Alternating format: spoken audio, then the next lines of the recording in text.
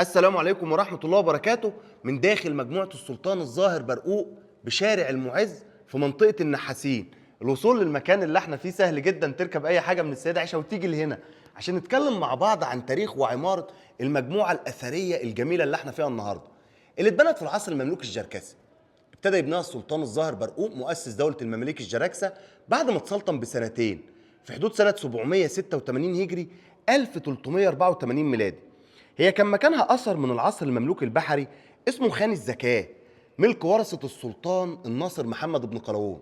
فالسلطان الظاهر برقوق طلب من أمير من أمرائه اسمه جركس الخليلي، اللي هو أمير أخور يعني مسؤول الاسطبلات السلطانية، إن هو يشتري الخان ده ويهده ويبدأ في عمارة المجموعة بتاعته اللي استمرت بنا حوالي سنتين. احنا دلوقتي قدام القبة الضريحية اللي بنقرأ على الحجاب الخشبي بتاعها: بسم الله الرحمن الرحيم، أمر بإنشاء هذه القبة المباركة من فضل الله تعالى مولانا السلطان الملك الظاهر. السطر الثاني بقى: سيف الدنيا والدين أبو سعيد برقوق اسمه هو، أعز الله نصره. تاريخ سنة هي مش واضحة بس هي 88 و700 اللي هو 1386 هجري. خذت القبة دي من عمارة لجنة حفظ الآثار العربية أهو، بنتها بعد ما القبة الأصلية وقعت في سنة 1893 أيام الخديوي عباس حلمي الثاني. القبة القديمة كانت من الحجر، دي من الآجر. القبة القديمة بقى المؤرخ ابن إياس بيقول لنا عنها معلومة غريبة، بيقول إن دي أول قبة حجرية في عمارة دولة المماليك. لكن واضح إن ابن إياس هنا معلومته غلط، لأن في دولة المماليك البحرية الأولى كان في قباب من الحجر، قبة تنكس بوخ في السيدة عيشة وقبة أولجاي اليوسفي اللي هي في شارع سوق السلاح. القبة دي مدفون فيها عيلة السلطان برقوق، لكن السلطان نفسه وصى ان هو يدفن تحت اقدام الصوفيه في الصحراء خارج باب النصر في الخنقاه اللي ابنه فرج عملها له في قرافه المماليك في منشيه ناصر. اللي مدفون هنا بقى والد السلطان برقوق اللي هو انس واولاده وزوجته خند شيرين وبنته خند فاطمه، مدفون فيها رجال ونساء في فسقيات دفن تحت الارض هنشوف دلوقتي. لكن ابوه وولاده دول كانوا موجودين فين؟ كانوا موجودين في قبه يونس الدوادار اللي هو زميل السلطان برقوق في الجيش لما كان برقوق شغال اتابك العساكر، كان وزير الدفاع في دوله المماليك الاولى اللي هي دوله المماليك البحريه عند اسره قلاوون. وبعدين ما كانش لسه عمل عماره، كان لسه ما اتسلطنش ولا ربنا فتحها عليه. فلما ابوه مات قال ليونس الدوادار زميله يونس الدوادار اللي هو متسمى على اسمه خان يونس في غزه المدينه دي، قال له خد ادفن بابا عندك. وبعدين بقى لما ربنا فتحها عليه جه عمل المجموعه دي وبقى سلطان، ونقل بقى رفات والده وولاده من قبه يونس الدوادار اللي في قرافه المماليك وجابهم هنا. فسقيه الدفن موجوده، او الفسقيات اكتر من غرفه موجوده تحت التركيبه دي. هنا احنا مش شايفين شاهد قبر، بس في عندنا رخامتين كده فيهم حلقات حديد، الرخامه دي والرخامه دي، دول بيتشالوا ويودينا السلم تحت الارض. السلم بيودي على الغرف بقى اللي هنا، غرف قلنا للرجال وغرف للنساء. الكتبيه دي او المكتبه هنلاقي برضو مكتوب عليها اسم السلطان الظاهر برقوق والرانك بتاعه، الرانك اللي هو الشعار او الشاره اهو، برقوق السلطان الملك الظاهر عز نصره، بس تتقرأ من النص لفوق لتحت. عز المولانا السلطان الملك الظاهر برقوق عز نصره. الكتبيه دي كانت معموله لحفظ المصاحف، عندنا حتى صور قديمه او رسومات رحاله، لان قاعد مقرئ قران هنا بيقرأ القرآن على روح الأموات على كرسي المقرئ هنا، فكان بيتحفظ فيها المصاحف. والمرحوم حسن عبد الوهاب في سنة 1938 اكتشف فيها 150 قطعة زجاج مموه بالمينا، نقلهم في متحف الفن الإسلامي. هذا الخوذة اللي فوق هي اللي احنا قلنا من بناء لجنة حفظ الآثار العربية، لكن المقرنصات الخشبية دي بتاعت برقوق، ده شغل المماليك الجراكسة. هنا في نص برضو موجود اهو في القبة، بادئ من هنا: بسم الله الرحمن الرحيم، تبارك الذي إن شاء جعل لك خيرا من ذلك جنات تجري من تحتها الأنهار ويجعل لك قصورا. أمر بإنشاء هذه القبة المباركة، عشان احنا بنقول مجموعة بقى فمكتوب ايه؟ القبة، وبعدين المدرسة، لا المدفن، بعد القبة القبة المباركة وبعدين والمدفن المبارك هنا، وبعدين هنا والمدرسة المباركة والخنقاء قبة ومدفن ومدرسة وخنقال الصوفية المنقطعين للعبادة. مولانا السلطان الملك الظاهر سيف الدنيا والدين أبو سعيد برقوق، كنيته أبو سعيد برقوق اسمه أهو. في ناس قالوا إن هو ما كانش اسمه برقوق، بس تاجر الرقيق اللي اشتراه لاحظ إن عينيه جحظة فسماه برقوق، والله أعلم. لكن في ناس تانية برضه اسمهم برقوق، يعني في دولة المماليك الجراكسة في أمراء اسمهم برقوق مش سلطان، هو سلطان واحد بس اللي اسمه برقوق. لكن هل كل الناس دي برضه كانت عينهم ببرقاء كده؟ يعني الدكتور الششتاوي بينفي المعلومة دي، الله أعلم، بس هي موجودة عندنا في الكتب. بعد كده بقى بيكتب الألقاب بتاعته. هو برقوق مات في سنة 801 هجري 1399 ميلادي، وقلنا اتدفن في قرافة المماليك، ما اتدفنش هنا في القبة الجميلة اللي هو عملها دي. بعدين العادل المجاهد المرابط المؤيد الغازي الحاكم بأمر الله، شايفين؟ الحاكم بأمر الله والتالي لكتاب الله، سلطان الإسلام والمسلمين، نصرة الغزاة والمجاهدين، حامي حوزة الدين، كلها ألقاب بقى، زخر الأيتام والمساكين، الألقاب بتاعته لغاية ما نوصل للتاريخ اللي في الآخر زي اللي احنا قرأناه بره. في حاجة هنا، الشباك ده هوريه لكم من بره، إن هو كان دايما يفتح شباك من القبة على إيوان القبلة، ده هنشوفه لما نطلع بره. الشباك ده علشان الطلبة الدارسين دعواتهم توصل للمدفونين هنا عشان ربنا يرحمهم. هنروح دلوقتي بقى على المدرسة. اللي فوق دي كلها غرف للطلبة أو غرف لشيوخ المدرسة اللي كانوا قاعدين هنا. كل اللي فوق ده، كل الشبابيك اللي احنا شايفينها فوق دي مبيت. بنطلع من السلم ده، طلعنا على فوق.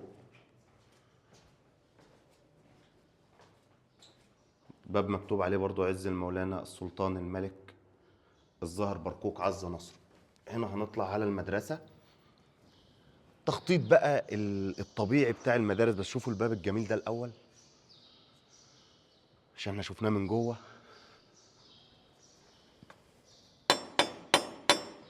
شايفين المطرقة؟ وادخلوها بسلام آمنين ونزعنا ما في صدورهم من غل إخوانا على سرر متقابلين. في ناس بترجح ان هم بيكتبوا الآية دي علشان المذاهب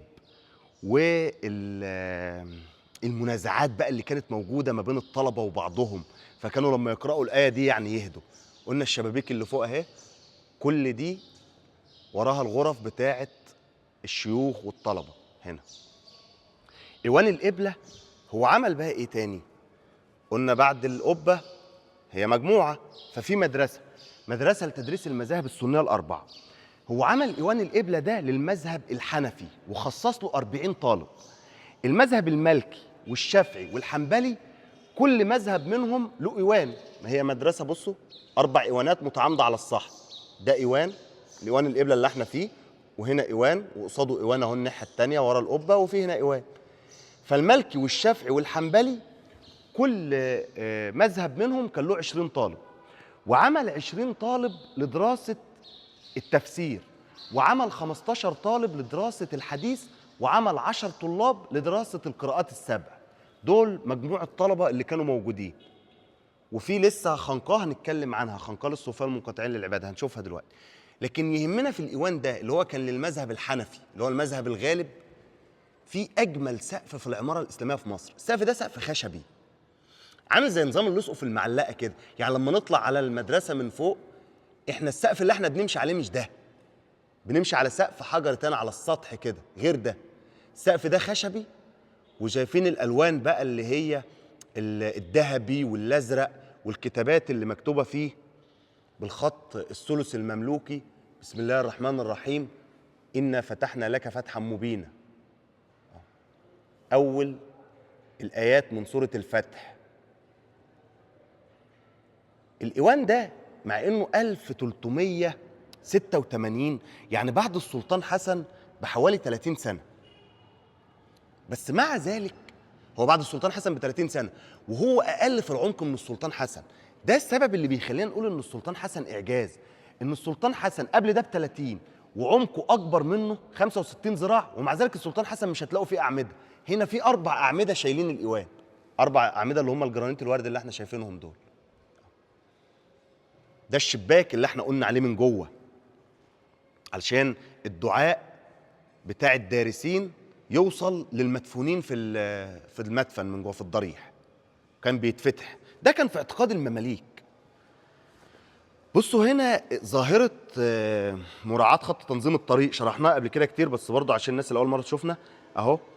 هتلاقوا إن النافذة دي عمقها هنا حوالي خطوة، يعني بصوا شايفين بس كده خطوة، لكن لما نروح للنافذة اللي في الآخر آخر واحدة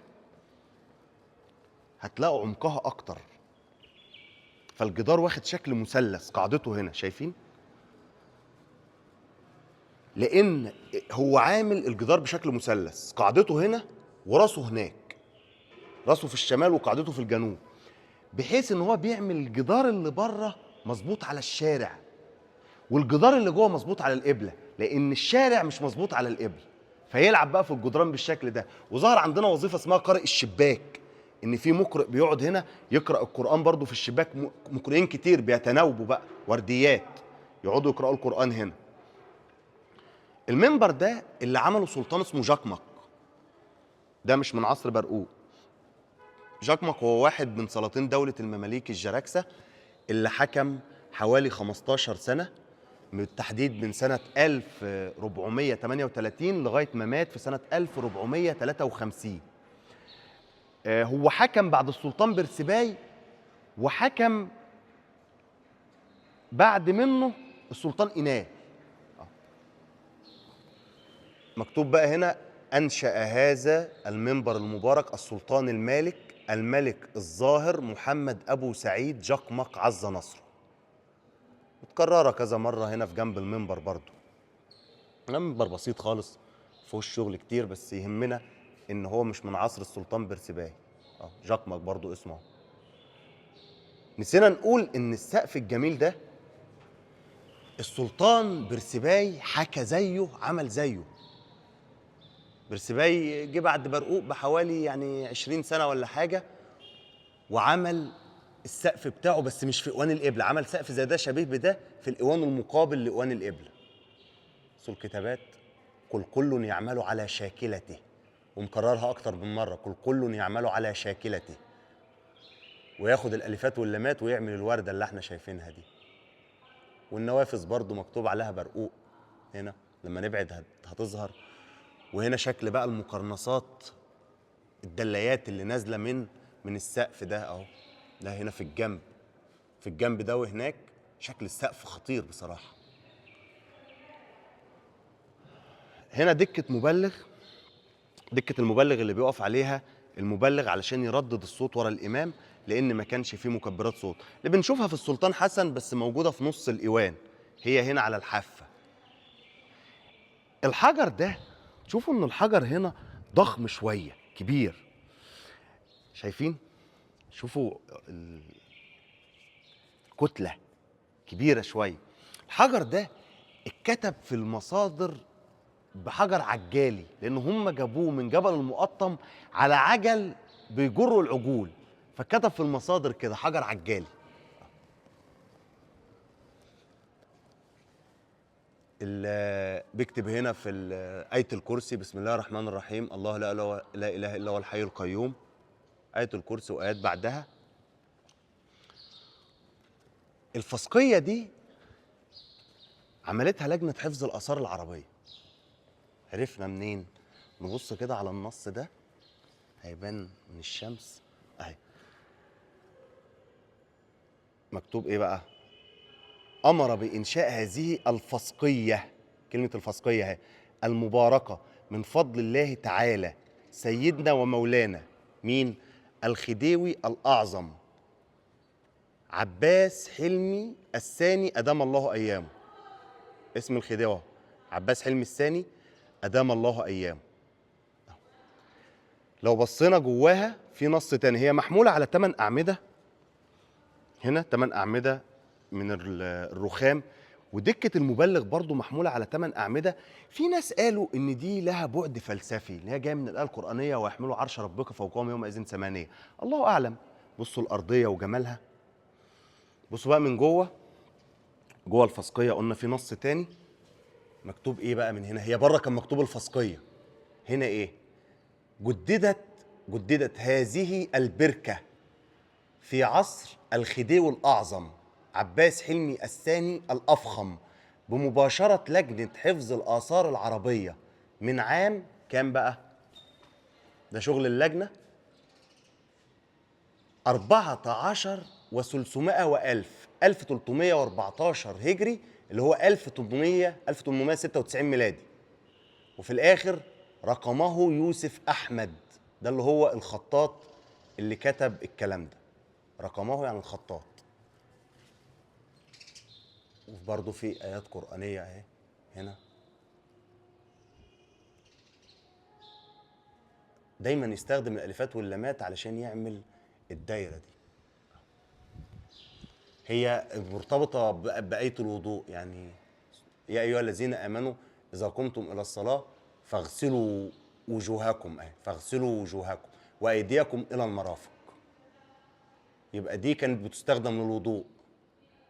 في بقى بجوامع تانية ان انتوا بتلاقي دي هي يقول لك فسقيه وخلاص مش للوضوء، لكن الوضوء كان هنا، دورات المياه كانت بتبقى هنا، بس دي كانت بتبقى لتلطيف الجو. لكن هنا لما اتجددت هو كاتب عليها الايه بتاعه الوضوء. الوضوء كان من هنا، وكل دي بقى تاني شبابيك وغرف طلبه فوق. شايفين الشغل في النحاس ده، واسمه برضه السلطان الملك. الظاهر فوق خالص، في النص السلطان الملك، فوق الظاهر عز نصر. دورات المياه كان دايما بيراعي في اتجاهها، هي جوه هنا، يراعي في الاتجاه بتاعها عكس اتجاه الريح عشان ما تقلبش الريحه على المصلين. بصوا بقى المنظر اللي هنا. القبه احنا قلنا دي اللي من بناء لجنه حفظ الاثار 1893، ودي بعدها 1896. بادئ بايه؟ بايه الكرسي، وبعدين النص اللي احنا شفناه. يعني هنا اهو قدامنا دايما يكتبوا ايه الكرسي، مكتوبه هنا من ذا الذي يشفع عنده الا باذنه، يعلم ما بين ايديهم وما خلفهم ولا يحيطون بشيء من علمه. وفوق نفس الكلام الله لا اله الا هو الحي القيوم لا تاخذه سنه ولا نوم، له ما في السماوات وما في الارض. ادي القبه الاجر، مكان القبه الحجريه القديمه دي. بقى اجمل مأذنه في عماره الجراكسه في البدايه، اللي هي طراز القله اللي احنا قلنا اللي ظهر بعد طراز المبخره، كلها حجريه المأذنه دي. مآذن دولة المماليك البحرية كان ممكن يبقى فيها آجر طوب محروق، لكن هنا المأذنة كلها حجر. شغل المقرنصات بقى بتاع الجراكسة وتطور شكل المأذنة في العصر ده. فكده اتكلمنا عن القبة وعن المدرسة، وقلنا في مجموعة هو كمان كاتب في النص اللي احنا قرناه جوه ان في خنقاه، خنقال الصوفية المنقطعين للعبادة بقى، لأن برقوق كان بيعز الصوفية جدا، وقلنا وصى في الآخر ان هو يدفن تحت أقدامهم. ورا الجزء اللي مقفول ده كان فيه هنا حوالي أكتر من 100 غرفة، فيهم بيقعد أكتر من 200 صوفي، حوالي 200 صوفي بيقعدوا هنا في المكان ده منقطعين للعبادة. وراه كان حتى الوقفية أطلقت عليها لفظ الرباع، والآية القرآنية اللي هي ونزعنا ما في صدورهم من غل تانية إخوانا على سرر متقابلين. نطلع بره بقى نشوف الواجهة الرئيسية ونختم. الشغل في الحجر بتاع الجراكسة شايفين، والميزاب بتاع المية ده الأصلي على فكرة، عشان مية المطر متتجمعش فوق السطح.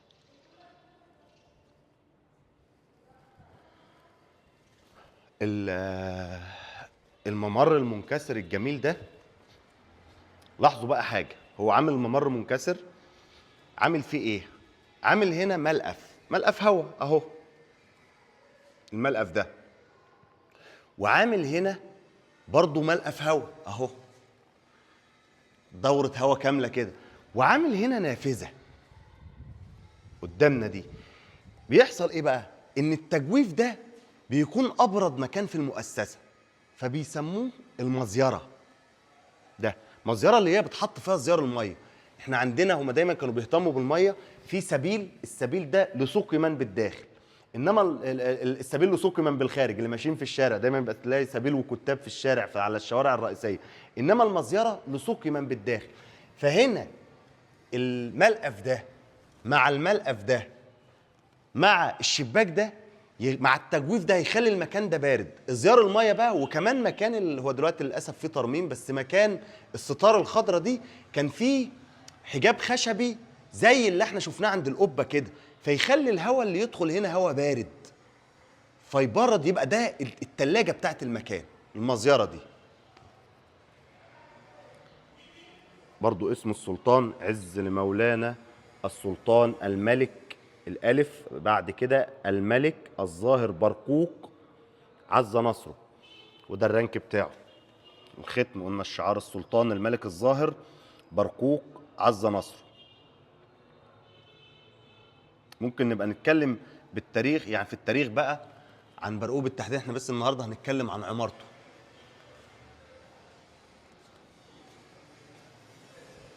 الباب الخشبي المتصفح بالنحاس المتكفت بالفضة.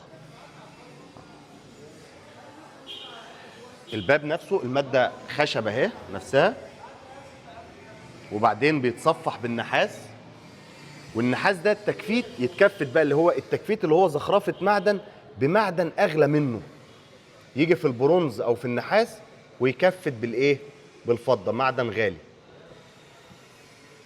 كله أطباق نجمية ومكتوب عليه اسم السلطان برقوق وألقابه برضه. طبق نجمي في النص شايفين؟ برقوق.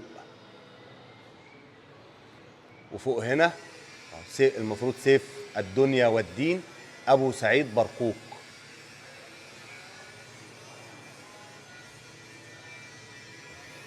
وهنا يكتب آيات قرآنية: بسم الله الرحمن الرحيم، إنما يعمر مساجد الله من آمن بالله واليوم الآخر وأقام الصلاة وآتى الزكاة. في لوحة هنا بقى واخدة شكل السجادة كده، دي كلمة محمد عليه الصلاة والسلام. الميم اهي تتقرأ دي بالخط الكوفي الهندسي، ميم الحاء الميم الدال، تتقرأ من اليمين للشمال وتتقرأ من الشمال لليمين ومن تحت لفوق ومن فوق لتحت. هي عاملة شكل السجادة ومن جميع الأضلاع. موجود زيها برضو في السلطان حسن محمد، قرأ من جميع الجهات اهو، شايفين من فوق لتحت اهو محمد. هنا من اليمين للشمال محمد، من الشمال لليمين محمد، من تحت لفوق، وهكذا.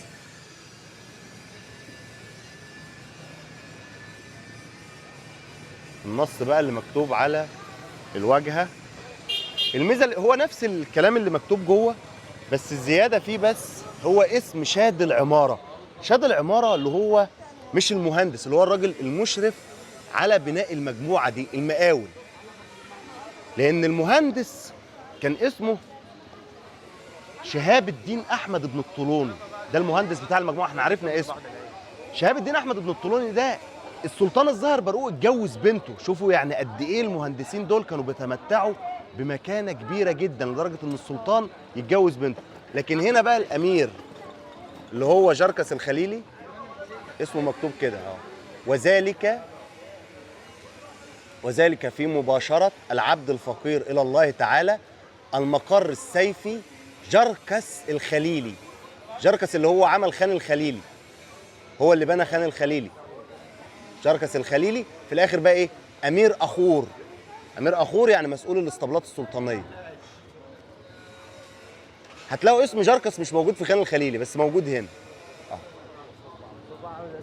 وظيفته وقتها أمير أخور. وبعدين برقوق في الاخر اهي، ادام الله ايامه.